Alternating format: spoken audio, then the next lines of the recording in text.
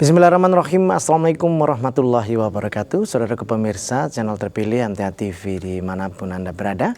Puji syukur Alhamdulillah senantiasa kita panjatkan kehadirat ilahi Rabbi Allah Subhanahu wa Ta'ala atas genap karunia nikmat dan juga rahmatnya untuk kita semua di perjumpaan sore hari ini. Kita jumpa kembali di program unggulan Ustadz Menjawab, dan Alhamdulillah narasumber yang sudah hadir kali ini ada Ustadz Profesor Dr. Andes Mugiyatno MSI PhD yang nanti akan menyampaikan pelajaran dengan tema yaitu cinta kepada Allah. Dan nanti Anda bisa bergabung bersama kami di line telepon 0271 6793000, SMS dan juga di WA kami di 08 11 255 3000. Assalamualaikum warahmatullahi wabarakatuh, Ustaz. Waalaikumsalam warahmatullahi wabarakatuh. Kabar baik dan sehat sore ini, Ustaz? Alhamdulillah sehat. Alhamdulillah. Cuma sibuk penuh kegiatan. Ya, alhamdulillah masih diberikan kesibukan. Ya, sangat sibuk hari ini. Ya, nggak sempat pulang dari kampus langsung ke sini. Langsung ya, baik. Ya. Cinta kepada Allah, Ustaz. Tentu saja materinya ini materi padat, Ustaz ya. Ya. Tapi nanti akan disampaikan. Bisa kita buat simpel juga gitu. Dibuat simpel juga bisa, Ustaz. Ya. Silakan, Ustaz. Ya. Alhamdulillahirabbil alamin. Asyhadu an la ilaha illallah wa syarikalah wa asyhadu anna Muhammad abduhu rasuluh. Allahumma shalli ala Muhammad wa ala alihi wa ma'walah. Para pemirsa TV dan pendengar yang kami hormati, kita masih ada pada suasana korban ya. Bahkan hari ini masih hari tasyrik bagi yang Idul Adha-nya mengambil hari Senin, sedang yang mengambil hari Ahad sudah kemarin terakhir kan. Jadi kita masih ada pada suasana korban. Maka ada baiknya kali ini kita peringati peristiwa yang kemudian kita peringati dalam bentuk penyembelihan korban dan salat Idul Adha. Sudah kita ketahui, kita semua mengerti bahwa peristiwa ini atau peringatan ini itu memperingati peristiwa ketika Nabi Ibrahim diperintah oleh Allah melalui mimpi untuk menyembelih anaknya Ismail, anak yang diharapkannya, yang satu-satunya, dan sudah sampai pada usia untuk bisa bekerja membantu Nabi Ibrahim ayahnya. Dan anak itu merupakan hasil doa dari Nabi Ibrahim. Doa Nabi Ibrahim yang dikabulkan oleh Allah. Seperti diungkap dalam surat As-Saffat ayat 100. A'udzubillahi minasyaitonir rajim. Rabbi habli minas shalihin. Ya Allah, anugerahkanlah kepada aku seorang anak yang termasuk orang yang soleh. Sampai saat itu sudah pada usia tua, Nabi Ibrahim tidak punya anak. Maka beliau berdoa kepada Allah agar Allah mengaruniai Nabi Ibrahim dengan anak yang soleh. Maka sebagai jawaban dari doa Nabi Ibrahim itu, Allah memberi kabar gembira dengan Nabi Ibrahim kepada Nabi Ibrahim dengan anak yang halim ya. Fabasyarnahu bingulamin halim. Maka kami beri kabar gembira dia dengan anak yang halim, yang penyantun. Beda dengan nanti Nabi Ishak. Kalau Nabi Ishak itu diberi ciri ngulamin alim, anak yang alim. Nabi Ismail itu diberi ciri halim, santun. Itulah. Nah, tetapi ketika sampai pada usia bisa membantu Nabi Ibrahim berusaha, Nabi Ibrahim bermimpi. Dalam mimpi itu beliau menyembelih Nabi Ismail. Ini diungkap dalam ayat berikutnya. Falamma balangga mau saya qala ya bunaya ini arafil manami anni at bahuka fandur mata taro. Nabi Ibrahim berkata kepada Nabi Ismail, wahai anakku, ya bunaya, sebuah ungkapan, sebuah sebutan yang penuh sayang ya, bunaya itu. Wahai anakku, aku menyembelihmu. Wahai anakku, sesungguhnya aku bermimpi bahwa aku menyembelihmu. Bermimpi. Mimpi bagi Nabi itu wahyu kan. Maka pikirkanlah bagaimana pendapatmu. Fandur madataro. Maka pikirkan apa pendapatmu. Jadi bagaimanapun meskipun itu wahyu dari Allah, Nabi Ibrahim tetap minta pendapat kepada anaknya. Anaknya dimintai pendapatnya tentang bagaimana mimpi itu begitu. Tapi tadi itu, Ismail adalah anak yang halim, anak yang santun. Maka begitu, ayahnya memberitahu bahwa beliau bermimpi, dalam mimpi itu beliau menyembelih Ismail, jawaban beliau luar biasa. Wahai ayahku, lakukanlah apa yang diperintahkan Allah kepadamu. Insya Allah, engkau akan mendapatiku termasuk orang yang sabar. Ini jawaban Ismail, luar biasa. Jawaban dari anak yang santun. Maka sudah, ya semacam itulah anak yang santun itu. Taat kepada bapaknya, taat kepada Allah. Beda dengan anak Nabi Nuh kan. Anak Nabi Nuh yang ketika banjir bah sudah datang, dan orang-orang beriman bersama berbagai binatang, sepasang-pasang sudah naik ke perahu, atas perintah Allah naik ke perahu. Anak Nabi Nuh itu berada jauh, terpencil dari Nabi Nuh. Dan kita dipanggil oleh Nabi Nuh, wahai anakku, ayo naik kapal bersamaku. Jawaban anaknya itu, saya akan naik gunung, menyelamatkan diri dari air bah. Sangat beda ini jawaban anak Nabi Nuh dengan jawaban anak Nabi. Dua anak yang Allah serahkan dalam Quran sebagai ibrah buat kita semuanya. Nah, kembali kepada Nabi Ismail ini, itu adalah ujian luar biasa dari Allah. Di surat Sabat juga ayat berikutnya 106 ini, Allah berfirman, in hada lahuwal balaul mubin. Sesungguhnya ini benar-benar satu ujian yang nyata. Oleh karena itulah setelah Nabi Ibrahim itu tampak sungguh-sungguh hendak menyembelih putranya Ismail, dan Ismail juga sungguh-sungguh mau disembelih, maka Allah perintahkan kepada Nabi Ibrahim agar ditebus dengan kambing yang besar. Dan kami tebus ada itu dengan seekor kambing 9 yang besar. Para pemirsa TV dan radio MTA, ini sebuah ujian keimanan. Sejauh mana Nabi Ibrahim itu setelah punyanya itu cintanya berubah. Dari cinta kepada Allah berubah cinta ke anak. Cinta kepada anak, cinta kepada istri, cinta kepada harta benda. Itu memang sebuah keindahan yang Allah jadikan pada manusia. Memang Allah jadikan manusia itu mencintai itu semuanya. Itu sudah menjadi naluri manusia. Yujina linasi hubusahwati dan nisa'i wal banina wal kunatil mengutori minat dahabi wal fitoti wal hal musawamati wal an'ami wal has. Dalika matul hayati dunya wallahu indahu husnul ma'ab. Dijadikan terasa indah dalam pandangan manusia cinta terhadap apa yang diinginkan berupa perempuan-perempuan, anak-anak, harta benda yang bertumpuk dalam bentuk emas dan perak, kuda pilihan, hewan ternak, dan sawah ladang. Itulah kesenangan hidup di dunia. Dan di sisi Allah, tempat kembali yang baik. Jadi memang Allah jadikan pada manusia ini kecintaan pada anak, istri-istri, anak, harta benda. Jadi tidak salah kalau kita mencintai anak kita. Kita mencintai istri kita. Tentu kita mencintai istri kita.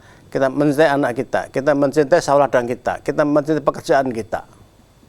Kita mencintai rumah-rumah kita. Itu sudah Allah jadikan naluri pada manusia. Wajar kita mencintai itu semuanya. Namun jangan sampai cinta kita kepada itu semua itu mengalahkan cinta kita kepada Allah, kepada Rasul, dan seterusnya. seperti diungkap dalam surat At-Taubah ayat 24, Qul in kana aba'ukum wa abna'ukum wa ikhwanukum wa azwajukum wa ashiratukum wa amlun taraftumuha wa tijarun tasawna kasadaha wa masakin tardawna habba ilaikum minallahi wa rasulihi wa jihadin fisabili fatarbasu hatta ya'labi amrih wallahu la yahdil qaumal fasikin.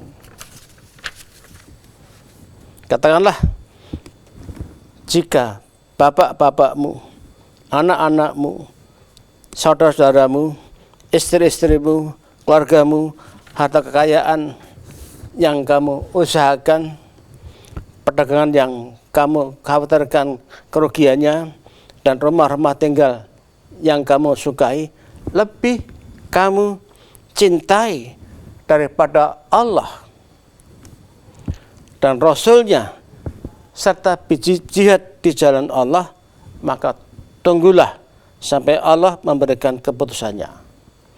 Watarbasu hatta ya'labi amri, sampai Allah memberikan keputusannya. Artinya sampai Allah menyiksa kamu, begitu.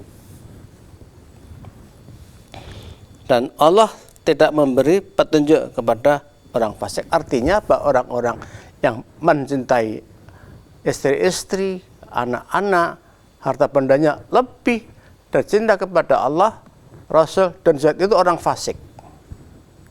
Dan fasik itu ciri orang-orang munafik. Terus saudara sekalian, maka Allah uji Nabi Ibrahim setelah punya anak yang diharap-harapkan dan sudah sampai pada usia bisa membantu Nabi Ibrahim bekerja.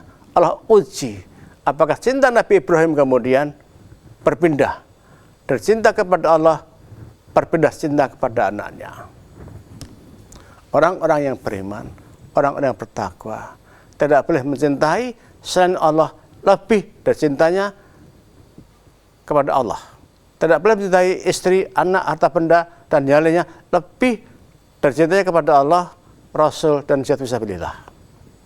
Dan kalau kita sampai mencintai istri, anak kita, harta benda kita, kendaraan kita, masa-masa yang kita miliki itu lebih dari cinta ke Allah dan Rasul dan jihad fisabilillah, maka kita orang fasik.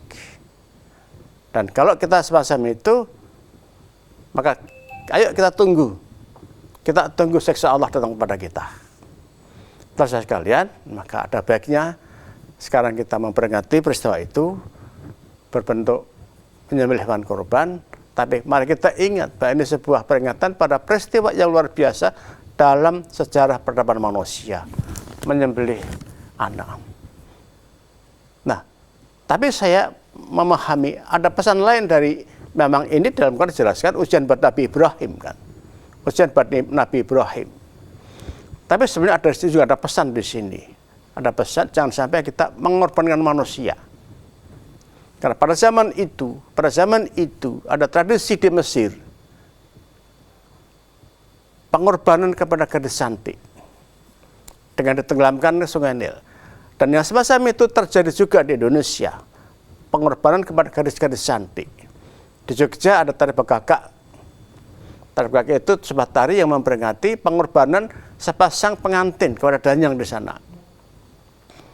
Nah, kemudian diganti dengan tari itu dihapus, diganti dengan tari begagak. Tari begagak itu berupa patung pengantin, patung sepasang pengantin. Yang dalam tari itu patung itu disembelih. Di lehernya gitu diberi cairan gula gitu. Kita disembelih begitu, maka akan mengalirlah gula itu. Itu sebagai ganti simbol penyembelihan kepada pengantin, sepasang pengantin putra-putri tadi itu. Terjadi di Jogja dan sekarang masih ada tari begagak itu. Artinya bahwa tradisi pengorbanan manusia itu terjadi pada zaman dahulu. Maka pada peristiwa ini, pada peristiwa Nabi Ibrahim diperintah untuk menyembelih Ismail ini, di samping itu ujian dari Allah untuk Nabi Ibrahim, juga ada pesan di situ, janganlah kita mengorbankan manusia, korbankanlah hewan. Itu barangkali yang perlu kita ambil ibrahnya dari peristiwa yang sekarang kita peringati berupa penyembelihan hewan kurban. Gitu Mas Tommy. Ya. Baik pemirsa, kami harapkan Anda bisa bergabung bersama kami di line telepon 02716793.000, SMS dan juga di WA kami di 08 11 255 3000.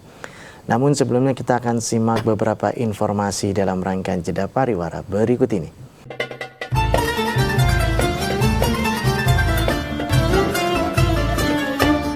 Baik saudaraku pemirsa channel terpilih MTA TV dimanapun Anda berada, terima kasih Anda masih setia bersama kami khususnya di program unggulan Ustadz Menjawab sore hari ini. Kami persilakan bagi Anda yang ingin bergabung di line telepon 02716793.000, SMS dan juga di WA kami di 08 11 255 3000. Kita bacaan yang di WA terlebih dahulu Ustadz ya. Pertanyaan dari Ibu Titi di Batang. Ustadz, saya mempunyai saudara suami istri yang sudah pensiun.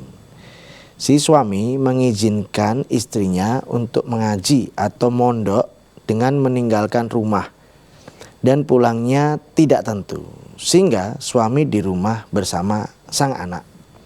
Pertanyaannya, suami mengizinkan itu lebih utama atau besar mana secara syar'i, Ustadz?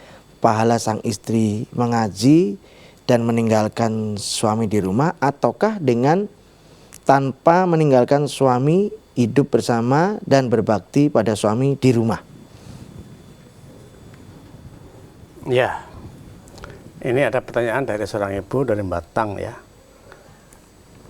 Ada seorang suami yang mengizinkan istrinya untuk ngaji yang jauh dari tempat tinggal mereka, sehingga si istri itu polanya nggak tentu. Sang suami tinggal bersama anaknya di rumah, dan kedua sudah pensiun.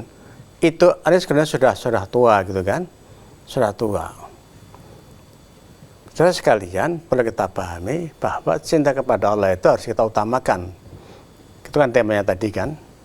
Tentu seorang istri itu tak lebih baik tinggal bersama suaminya di rumah, melayani suaminya. Tetapi kan ini kan suaminya mengizinkan, sang suami mengizinkan istrinya untuk ngaji di pondok yang jauh. Nah, karena suami sudah mengizinkan, ya sudah, tidak salah, tidak masalah gitu kan. Kecuali kalau istri itu ngaji tanpa izin dari suami. Oke. Dan suaminya mengundaki ada pengajian di dekat rumah yang bisa didatangi sang istri gitu kan. Jadi karena sang suami sudah mengizinkan istri ini ngaji di tempat lain, ya sudah, kan atas istri suami gitu ya, nggak masalah itu kan. Dan di rumah kan juga bersama anak-anak, dan mereka mungkin sudah sama-sama tua, sudah pensiun, sudah tidak lagi ada kebutuhan-kebutuhan khusus yang dipenuhi itu dengan sang istri ini gitu ya. Jadi saya kira tidak masalah itu. Toh ini justru untuk ngaji, untuk mengetahui agama, agar sang istri nanti bisa beragama dengan baik. Itu jawaban saya untuk Ibu di Batang ini. Ya. Berikutnya Ibu Asma yang ada di Tangerang. Bagaimanakah Ustadz caranya agar sabar dan ikhlas atas meninggalnya suami yang mendadak? Padahal sudah mau 2 bulan ini Ustadz. Masih juga sering menangis setiap hari. Ya, untuk itu mari kita baca surat Al-Baqarah ayat berapa itu? 155 atau 255 itu ya. Itu ujian dari Allah kan.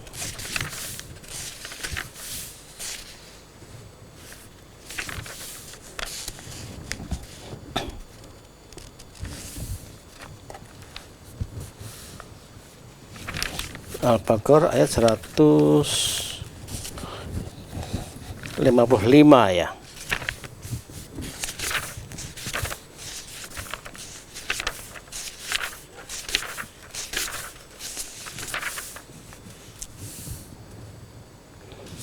A'udzubillahi minasyaitonirrajim. Wala nabluwannakum bisyai'in minal khaufi wal ju'i wa naqsin minal amwali wal anfusi samarat wa basyiris sabirin. Dan kami Allah pasti akan menguji kamu dengan sedikit ketakutan, kelaparan, kekurangan harta, jiwa, dan buah-buahan. Dan sampaikanlah kabar gembira kepada orang-orang yang sabar. Jadi ibu, bahwa ditinggal mati orang yang kita cintai itu, kekurangan jiwa ya, itu ujian dari Allah. Di antara ujian-ujian yang lain berupa ketakutan, kelaparan, kekurangan harta, dan jiwa. Jadi kan, kekurangan jiwa itu ya ditinggal mati oleh suami yang kita cintai. Dan buah-buahan. Berbagai kekurangan itu ujian dari Allah. Dan Allah di sini menjelaskan, dan sampaikanlah kabar gembira kepada orang-orang yang sabar.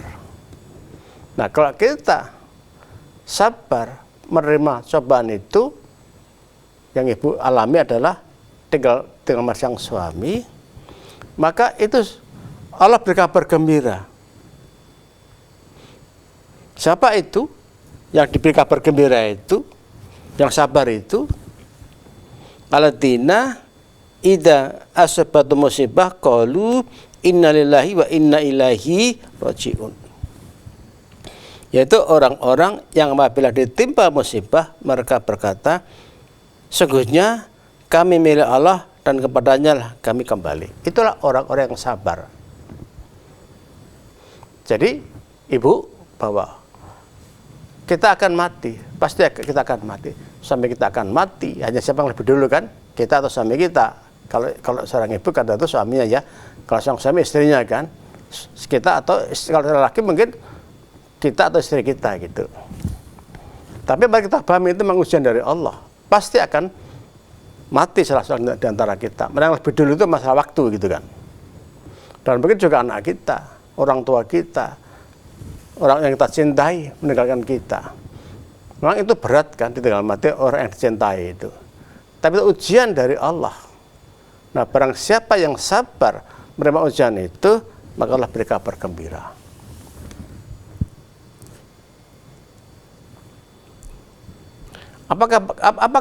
Apa kabar gembiranya? Ulaika alaihim salatu min rabbihim wa rahmah wa ulaika humul muhtadun.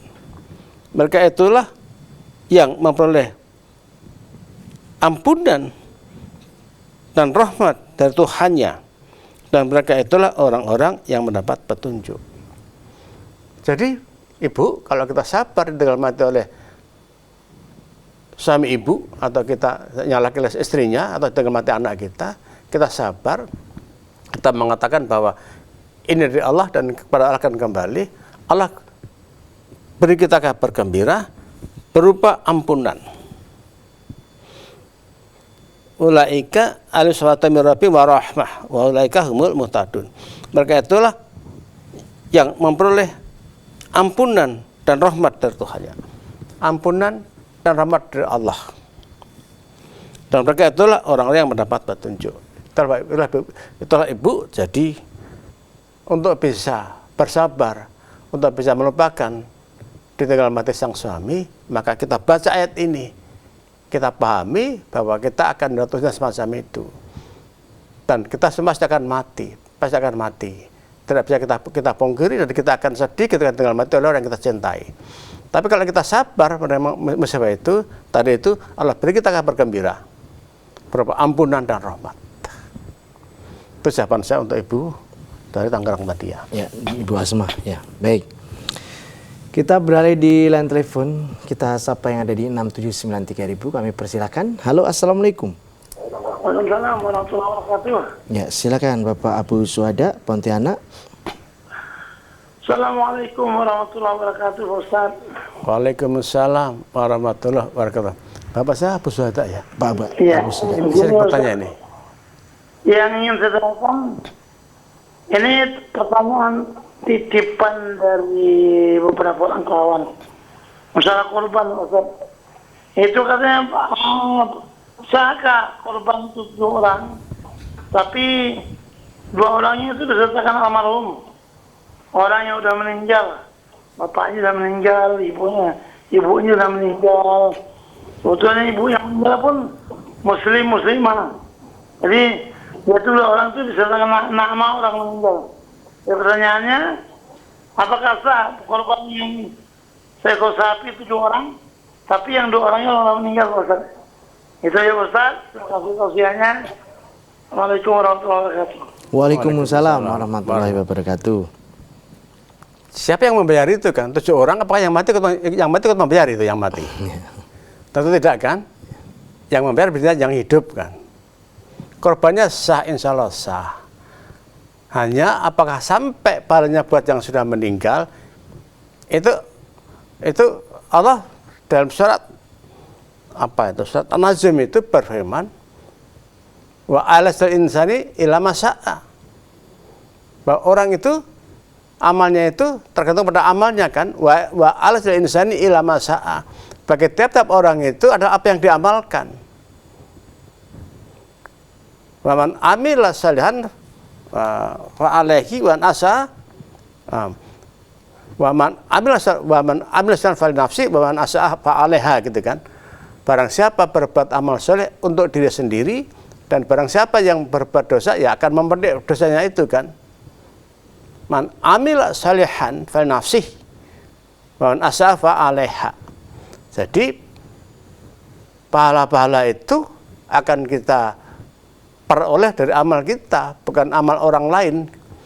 Dan orang yang sudah mati itu sudah terputus bukan sebab akibat dengan di dunia ini, gitu kan, terputus hubungannya, gitu kan, terputus amalnya sudah. Nah, korbannya sah insya Allah, tentu itu kan dibeli oleh yang masih hidup itu kan, hanya diperuntukkan buat orang lain yang sudah meninggal, 7 orang tadi, gitu kan. Nah, korbannya sah, hanya apakah sampai kepada yang meninggal pahalanya. Maka Allah berfirman tadi itu di surat An-Najm ayat berapa itu? Wa alasal insani ila ma sa'a. Di ayat lain tadi, man amila salihan fal nafsi wa man asa fa alaiha. Itu jawaban saya, Pak Abu Syahada dari Pontianak ya. Pontianak ya. Baik, berikutnya kita kembali di WA Ustaz. Dari ini. Baik. Dari saudara kita yang ada di Karawang ini ya. Ustaz, ini sebentar. Nah, dari Roni di Klaten. Mohon pencerahannya Ustaz. Bagaimanakah upaya untuk dapatnya meningkatkan ketakwaan kita di tengah kesibukan kegiatan keseharian yang tetap harus dilaksanakan, Ustaz? Tentu pertama-tama kita tahqiqkan ya kalimat la ilaha illallah itu. Kita tahqiqkan, kita pahami dengan benar bahwa kelak kita pasti akan mati dan semua yang kita miliki kita tinggalkan. Itu kita pahami dengan benar. Dan itu tidak mungkin kita bangun dengan mendadak, gitu kan. Tidak mungkin kita bangun dengan mendadak.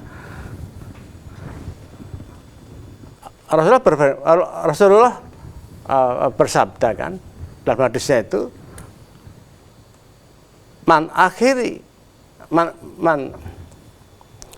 gimana itu, barang siapa yang akhir hidup yang mengucap la ilallah taqal jannah, gitu kan.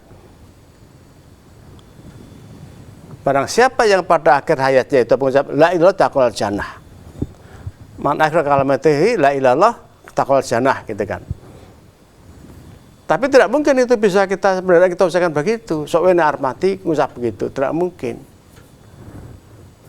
Wong kita sedang kesandung saat itu sudah maki-maki kok. Ucapnya bukan innalillahi wa inna ilaihi raji'un, tetapi kita memaki. Kita di jalan raya diserempet oleh pengendara, kita pun juga maki-maki. Bagaimana ketika kita meninggal kita bisa mengucap itu? Ketika menjelang meninggal mengucap itu. Padahal sakal tahun itu saat yang sangat berat sekali kan. Tidak mungkin kita bisa mengucap itu tidak bisa mendadak. Kita bangun dari awal, gitu kan, dari semasa kita masih aktif, masih hidup gini.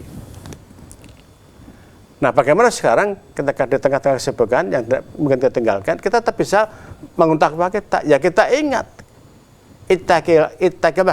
ittaqilah haitsu ma kunta, gitu kan. Takwalah kamu di mana-mana kamu berada dan dalam keadaan apapun kamu kan. Dan Dan Islam sudah memberi kita tuntunan yang sangat luar biasa kan. Di tengah kesibukan kita break sholat duhur, kerja lagi, break lagi sholat asar. Kalau kita tepati sholat-sholat 5 waktu ini pada saatnya kita sibuk bekerja, mendengar azan duhur, kita break sebentar sholat. Terus sholat jangan langsung berangkat kerja lagi, dzikir dulu gitu kan. Juga begitu habis sholat habis masuk sholat asar, kita sholat asar, kita break sebentar. Ini sebuah pengaturan yang luar biasa. Di tengah kesibukan kita break untuk sholat, sehingga kita tetap akan terbawa ingat kepada Allah, tidak konjem dalam bekerja gitu kan. Kalau itu kita kerjakan, insya Allah sudah akan kita terjaga takwa kita, terjaga kita kepada Allah. Nah tentu saja secara umum yang kita pahami dengan benar, bahwa kita akan meninggal.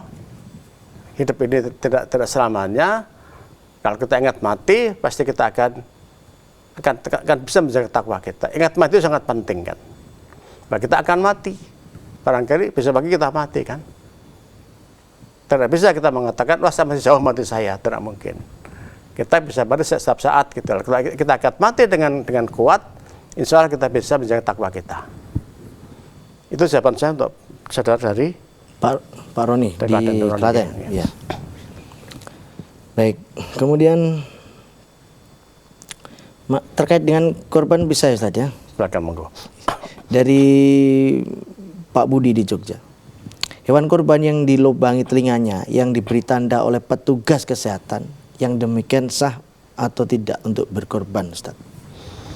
Ya, baru tadi Nabi, hewan korban yang sobek telinganya dari belakang, yang berlubang telinganya itu tidak sah. Itu menurut hadis Nabi. Namun masih ulama konon memberi fatwa bahwa itu tetap sah gitu ya. Nah silakan yang dipilih yang mana gitu kan. Kalau kita ikuti hadis Rasulullah bahwa hewan korban yang sobek telinganya, yang berlubang telinganya tidak sah untuk korban. Tapi masih ulama berpendapat itu boleh. Silakan saja yang dipilih yang mana gitu kan. Begitu ya, baik. Ya, kami persilakan bagi yang ada di line telepon di 02716793.000, kami persilakan untuk bisa bergabung. Satu lagi Ustadz yang ada di WA, kami bacakan.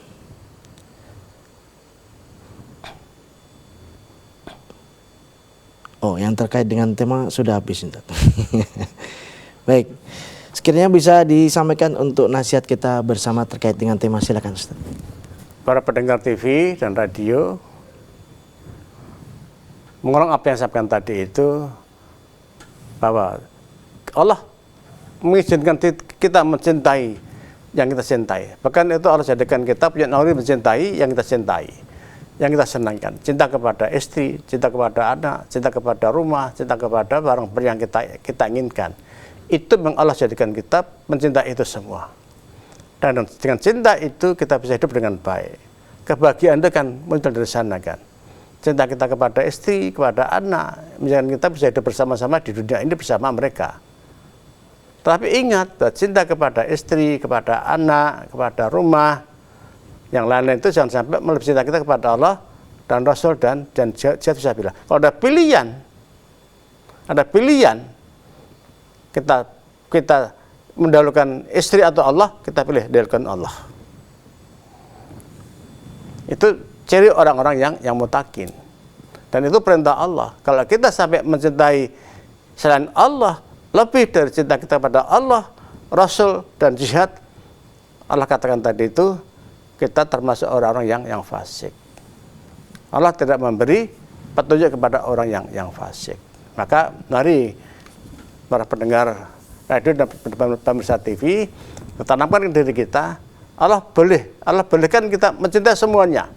Bahkan kita boleh mencari harta sebanyak-banyaknya, tapi gunakan hati kita untuk mencari akhirat. Dan jangan sampai cinta kita kepada dunia ini lebih dari cinta kita kepada Allah, Rasul dan jihad fisabilillah. Mudah-mudahan bisa dipahami dengan baik dan mudah-mudahan kita bisa mencintai Allah, Rasulnya dan jihad lebih dari segalanya. Mungkin itu Mas Tommy. Ya. Baik Ustaz, kami sampaikan terima kasih atas tausiah dan pelajarannya sore ini Ustaz.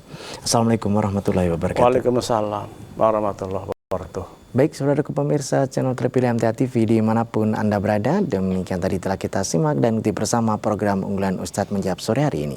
Kita jumpa kembali di kesempatan mendatang. Saya Tomel Fatoni pamit undur. Alhamdulillahirrabbilalamin. Subhanakallahumma wa bihamdika. Asyhadu an la ilaha illa anta astaghfiruka wa atubu ilaik. Assalamualaikum warahmatullahi wabarakatuh.